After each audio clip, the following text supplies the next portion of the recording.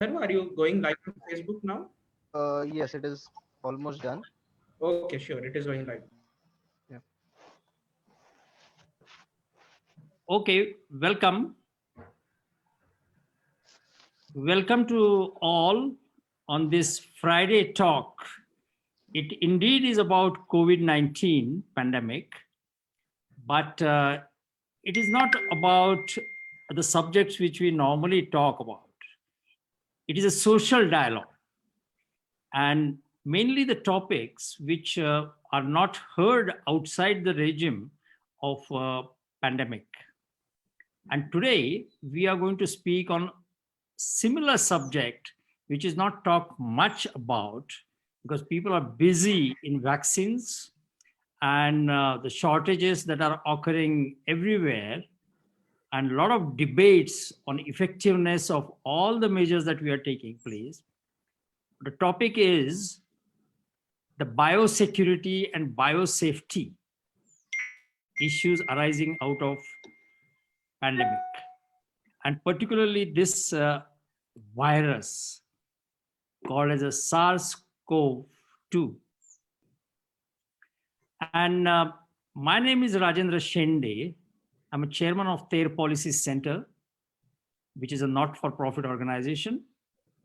And also IIT Bombay graduate and worked in United Nations for nearly 20 years. And the expert with us today to talk about biosecurity and biosafety related to pandemic COVID-19 is Dr. Joe Thomas, an accomplished academic, diplomat, and a global leader in public health. He's also expert on social development. So now you can start understanding why we are calling it as a social dialogue. And he has been active in a global health and social development for nearly 25 years. So he has a hands-on experience, having worked as an executive director of an intergovernmental organization of 26 countries. And that organization was Partners in Population and Development. He had an opportunity to represent this organization in United Nations General Assembly in New York. He's currently working as an associate dean of the Faculty of Social Innovation, Partnership and Co-Creation at MIT World Peace University's Faculty of Sustainability Studies. He's also consultant to health diplomacy and cooperation between countries for reducing the burden of communicable diseases, particularly in a Southeast Asia region. So we begin. We begin by making a comment that we are all happy that in less than 1 year, we have an effective vaccine. After it emerged in one of the towns, Wuhan of China, that is considered as a scientific achievement. And it gives us all much needed source of hope in fighting with this pandemic, but not sure whether we have the same kind of hope for fighting the pandemic in future. I'm talking about a pandemic which we have not yet heard of, but we know that they will come anytime, either as a variant of existing virus or totally new virus. So the emergence and re-emergence of few potent, highly infectious diseases are posing a risk for our future. And the public health is at risk. The human civilization getting haunted continuously. What is in front of us?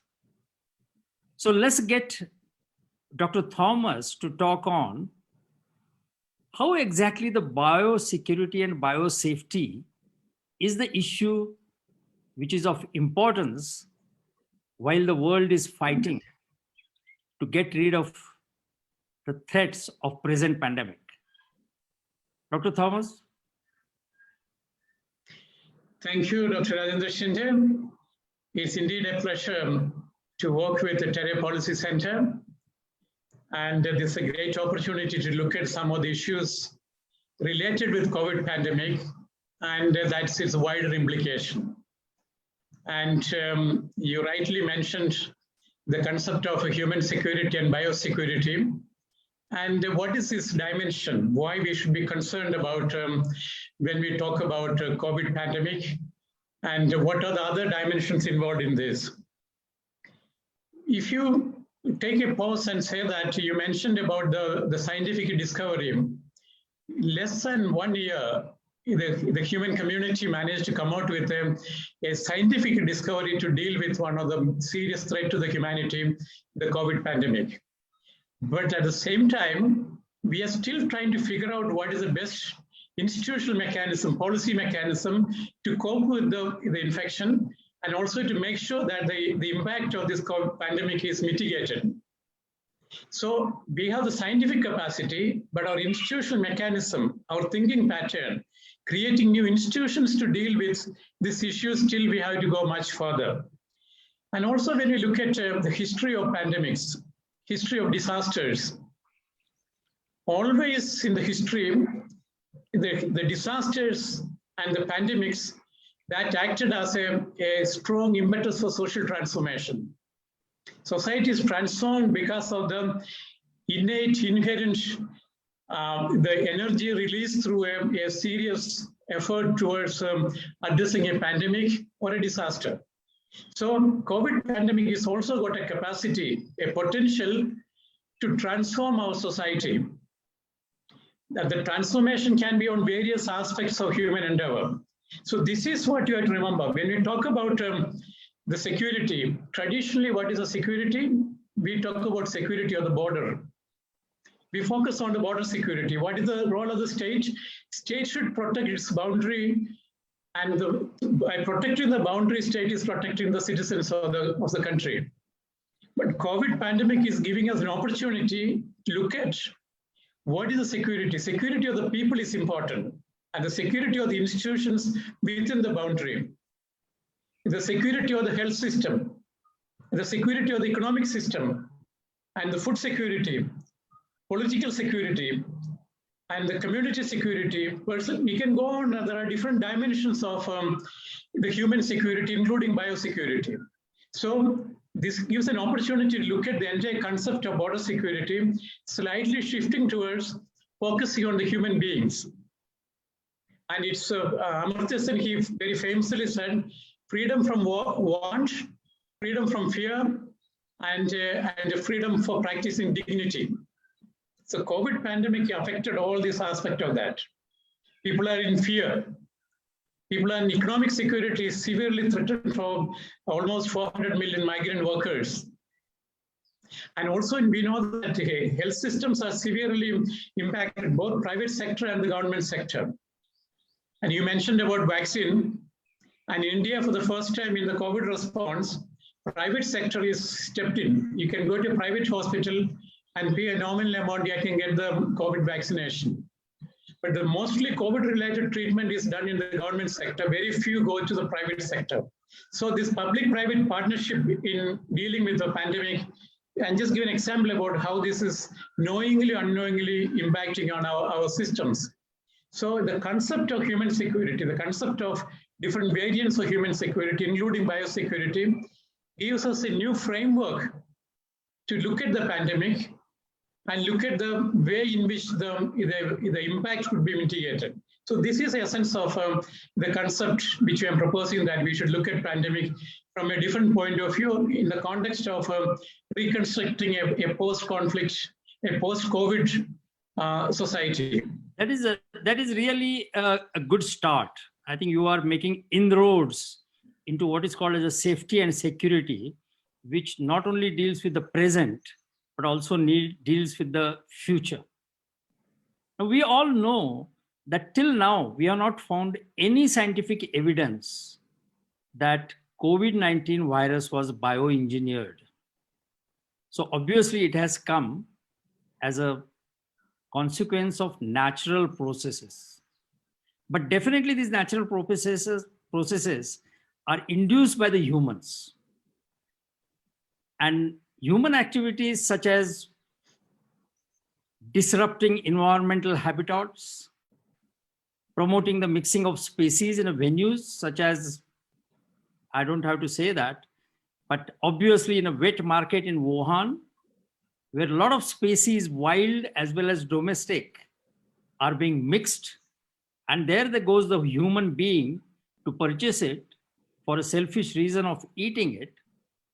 And we are also experimenting with pathogens, virus in laboratories at number of countries, including China, India, USA, and many of the European countries.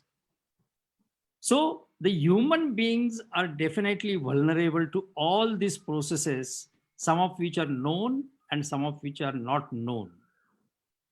I have two questions coming out of this. Number one is, do we still consider human being as a center of this threat? Or is a whole animal kingdom, including humans, are at risk? That's number one. And either answer could be yes or no, but in either case, is there a biosafety or biosecurity law which one can follow so that our threats are reduced? Thank you. You are getting into the crux of this issue of how to frame the questions related with the origin of the virus and how we go mitigate the virus, the impact of the pandemic.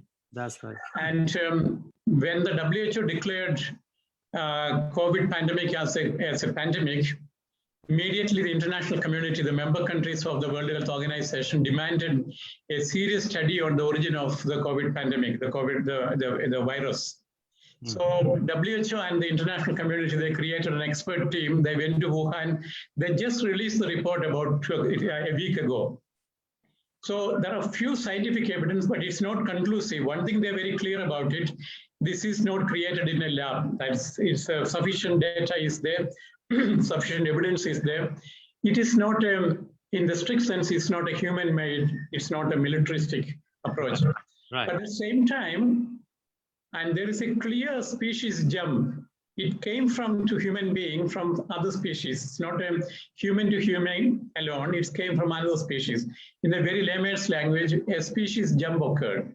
Mm-hmm. But that species jump occurred because of the human interaction with the environment. And you mentioned about wet market.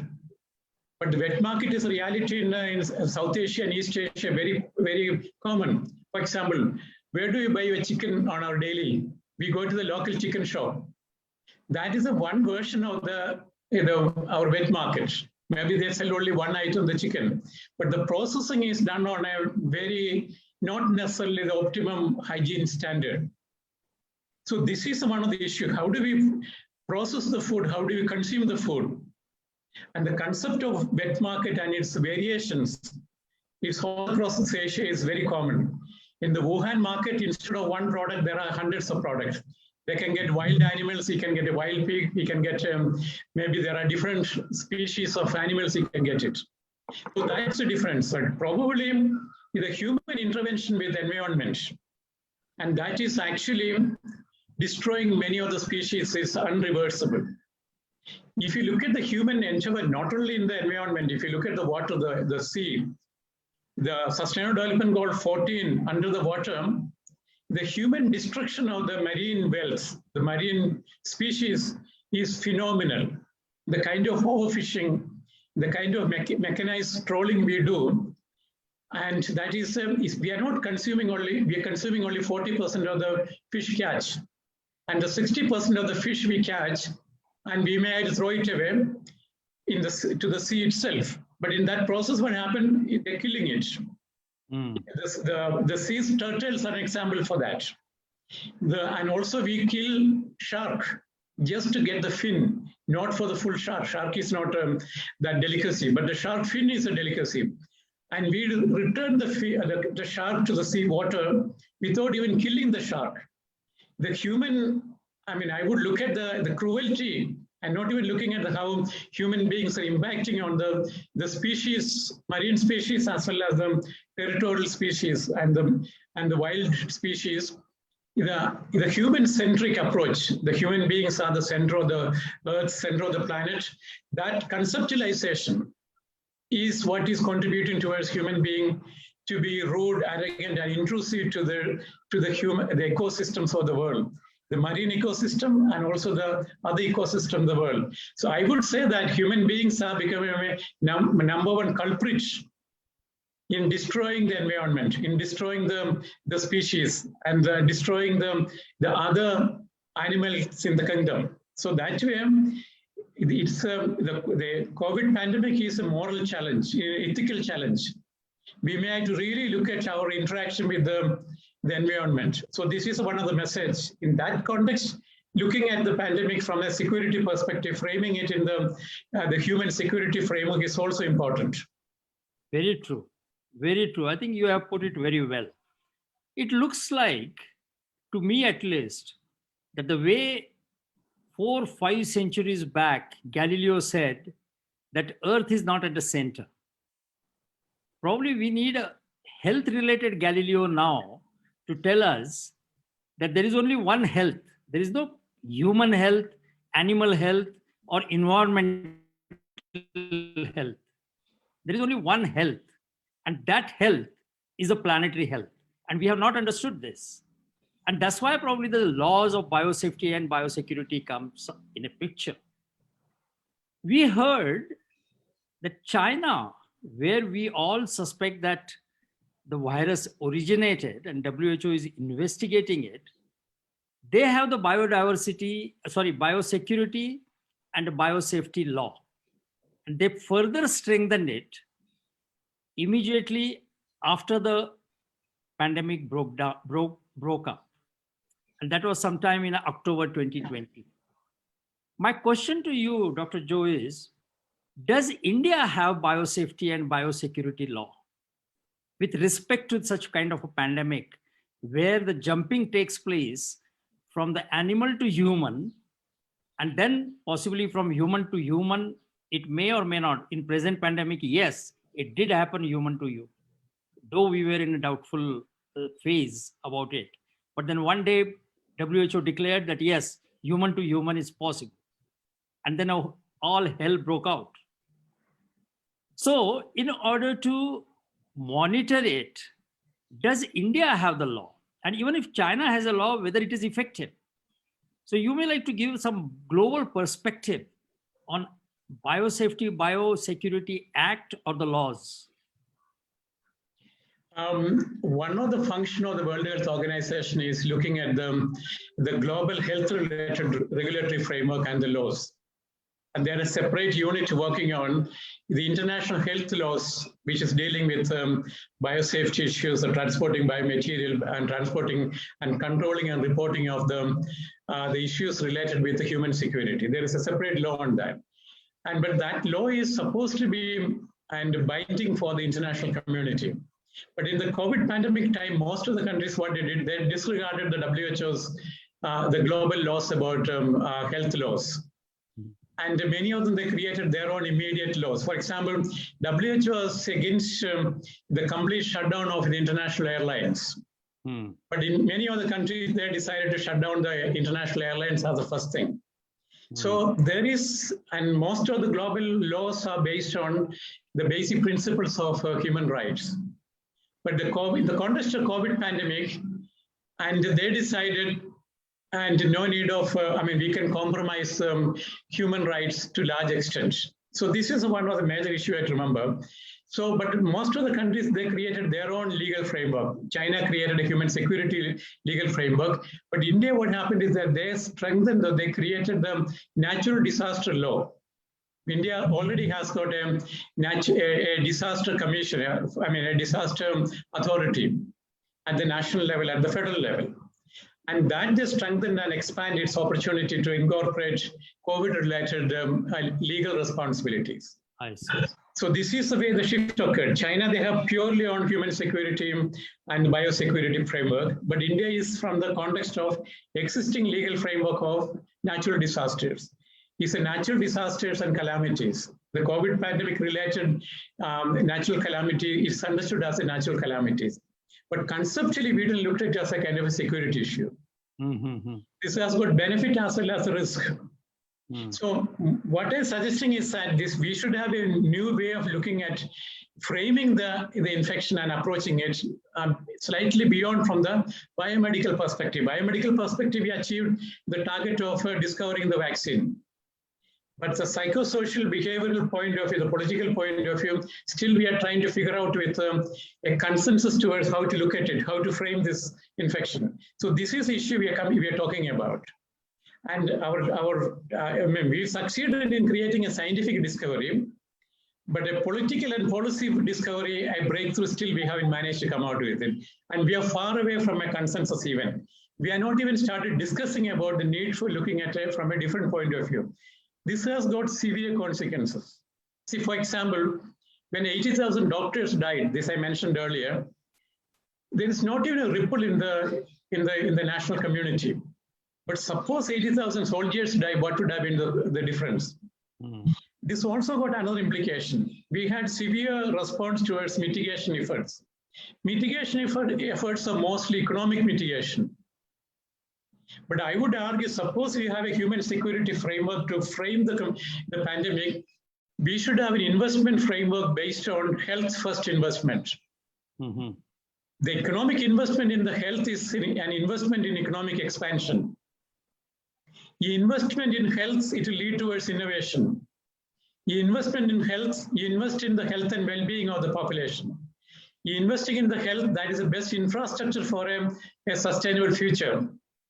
You invest in health, that's you investing in the future. You invest in health, again, the return of investment is very, very phenomenal. So that way, if we frame the pandemic from a security perspective, a biosecurity, human security perspective, that will lead us towards investing in health as a priority. I think it's health first. Yeah, I think you said it well. I mean, today, truly speaking, we have a national security advisor, and they are almost in each and every country. And his main job seems to be protecting the border, or maybe some of the insurgents within a country. But we don't have a health security advisor, which in fact is connected with the whole world, animals, humans, birds, everything. And we probably are on the way of telling that, yes, let the pandemic come, we will have vaccine and we will defeat it. But that is not the case. I think we have learned it earlier also. And the headline, I think you mentioned about the soldiers and the wars due to the border or due to the various faiths which are coming up, those are headlines. When an airline crashes, there is a headline. But when so many people started dying at that time, this was not a headline. The headlines are now. But that time, no preventive measures were taken, even if the pandemic started happening. So the question comes that shouldn't there be a total transformation of the word security? Today, security is only related to the wars between the two factions. But here is a war between humans and the whole nature. So how we should promote such kind of a concept in India first and then the world? Because you have worked on an international forum and United Nations. We have such kind of a convening power in United Nations. So how we should go about it? Thanks for focusing on this question to very specifically on the need for framing our discourse in the context of security, but not border security, human security. Shift our framing, our understanding about the pandemic towards security of the human being. That's the first premises. And also I mentioned earlier, the pandemics and natural disasters has got a potential for social transformation. So we have an opportunity to create a social transformation within the country, relooking at the health as a center for our discourse. On a political level, national level, as part of our common discourse, we should focus on health and well-being of the population, health and well-being of the citizen. Then we frame our policies, then we frame our investment opportunities. You invest on human beings. So this is message number one. You also mentioned about convening capacity. Just last week, including India, 15 countries, they passed a global resolution called a Vaccine Equity Declaration. I mean, I was reading that that statement came out from the UN Secretary General just 3 days ago. So they framed this as an issue of equity. The vaccine access is an equity issue. It's not a scientific issue anymore. And that's the most interesting part of it. We can solve the scientific problems, but we don't have the bandwidth, so we don't have the preparation towards solving the policy and program implication of the scientific discovery. Means we are not investing our brain, investing our discussion, creating a national discourse about what is the potential of transformation of the society because of the COVID pandemic. So we need to frame it. So from that point of view, I congratulate and appreciate the effort of Terra Policy Foundation that we are creating a social dialogue. The need to look at it, transforming the scientific evidence to policy and program. And how do we frame this issue? From that point of view, it's very important to look at how do you utilize the convening power in the global sector. For example, this is an opportunity for India. We know that we look at the COVID pandemic at the global, the international relationship framework also we're looking at it. For example, India already sent a vaccine to 80 countries. 80 countries benefited from the generosity of a country like India. India is also a developing country, contributed towards 80 countries, whereas some of the mighty countries, they didn't even send a single dose of vaccine to other countries. So look at the way we are influencing the global thinking, that's number one. Number two, India is traditionally keep away from the UN Security Council discussion related to the health issues. And now India is engaging. India is one of the sponsor of this, the equity, vaccine equity initiative. And also India and South Africa requested the World Trade Organization to suspend global trade agreements and intellectual property rights related with the scientific discovery and the vaccines and the diagnostics related with COVID pandemic, at least for a time being. Because we have to create policy framework to develop our production capacity. And why we are not producing enough vaccine is not because of we don't have the technical capacity to produce it. We are not manufacturing it because of we have to protect the intellectual property right. Today, India could take immediately stock of which company can manufacture vaccine. Take a national stock emergency basis and issue them compulsory licensing. Issue them a license saying that you produce it, and each one should produce 100 million vaccines. So that will lead towards within this year, we can reach about 40% of the population covered by vaccine. So unless 40 to 50% to 60% saturation level comes in, the herd immunity will not set in. So why we are not manufacturing the vaccine? Not because of technical capacity, because of the policy and the trade laws which we are adhering to. And this is, as I mentioned, is a time to social transformation. This is a time to look at what are the provisions of TRIPS agreement which will allow us to companies to manufacture. Even in pharmaceuticals in Bangladesh, they have the capacity to manufacture vaccine. So all the developing countries, maybe South Asian countries, and there are regional formations called, there are few groups formed to look at the vaccine distribution. Maybe these countries, this global vaccine equity is signed by 180 countries. Maybe the 180 countries should say that we are suspending the global trade agreements for the time being because of the COVID, and we are going to allow the manufacturing of the vaccine by the companies who can manufacture it. And this should be the policy revolution we are talking about. To do that, we need a framework. We need a discourse which is looking at the COVID pandemic-related mitigation efforts from a biomedical framework to a socio-ecological framework, looking at human being as a center of the security. Right, right. I think what is happening is we have so much of hangover of World War I and World War II, and we created United Nations to deal with the peace, but peace related to the wars, the human wars. But we never looked at the other side of it, that the humans are not the only one who will be at war. There could be whole animal world, the viruses, pathogens, microorganisms. They can be also in war with other elements of the animal world. So I think we are really having these kind of ideas and a social dialogue, which probably can form a good compilation of recommendations and various aspects where we don't have a time to look at it at present because we are all fighting to get over the pandemic.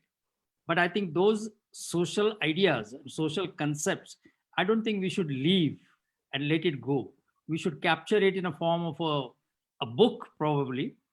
But final question, because we are ending with our time limit.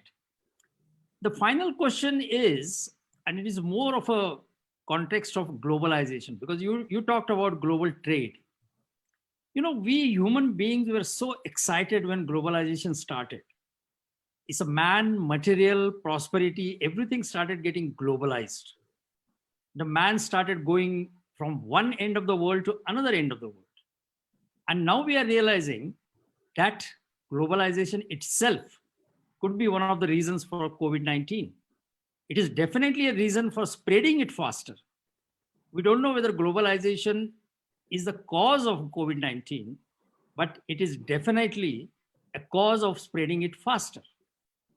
And now we are having a re-emergence of it, and globalization has not stopped.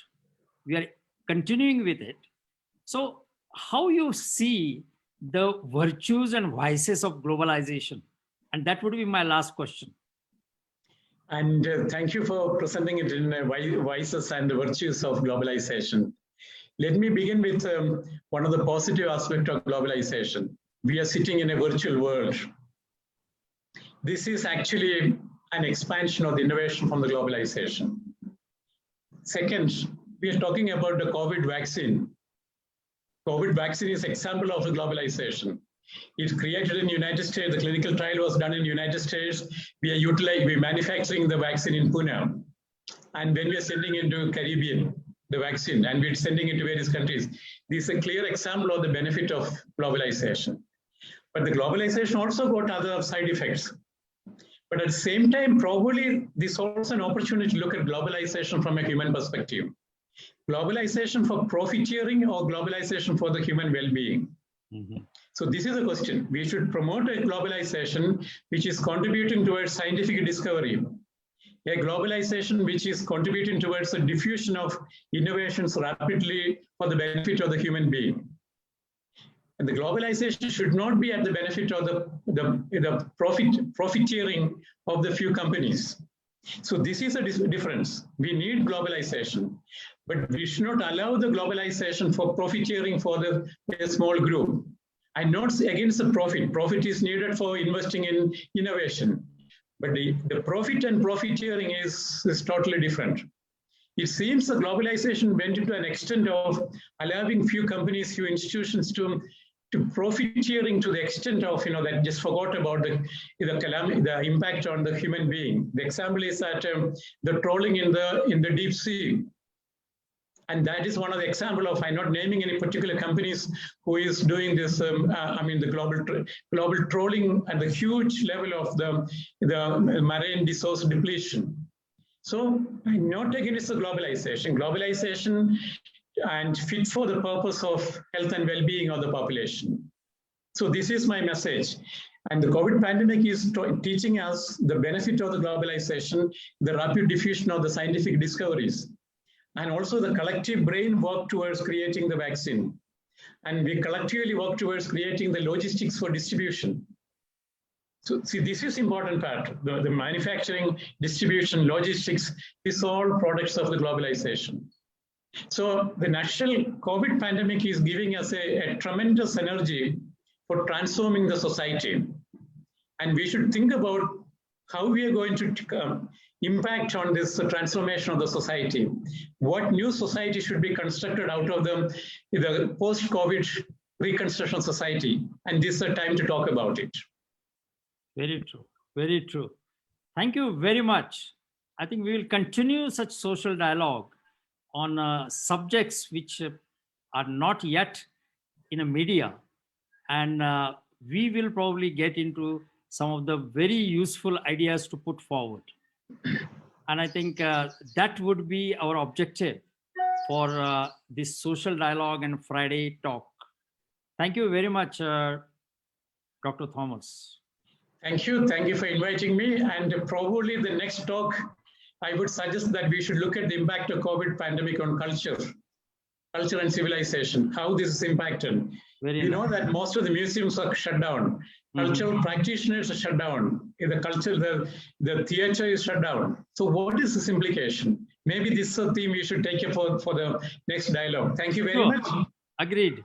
Thank you very much. Bye.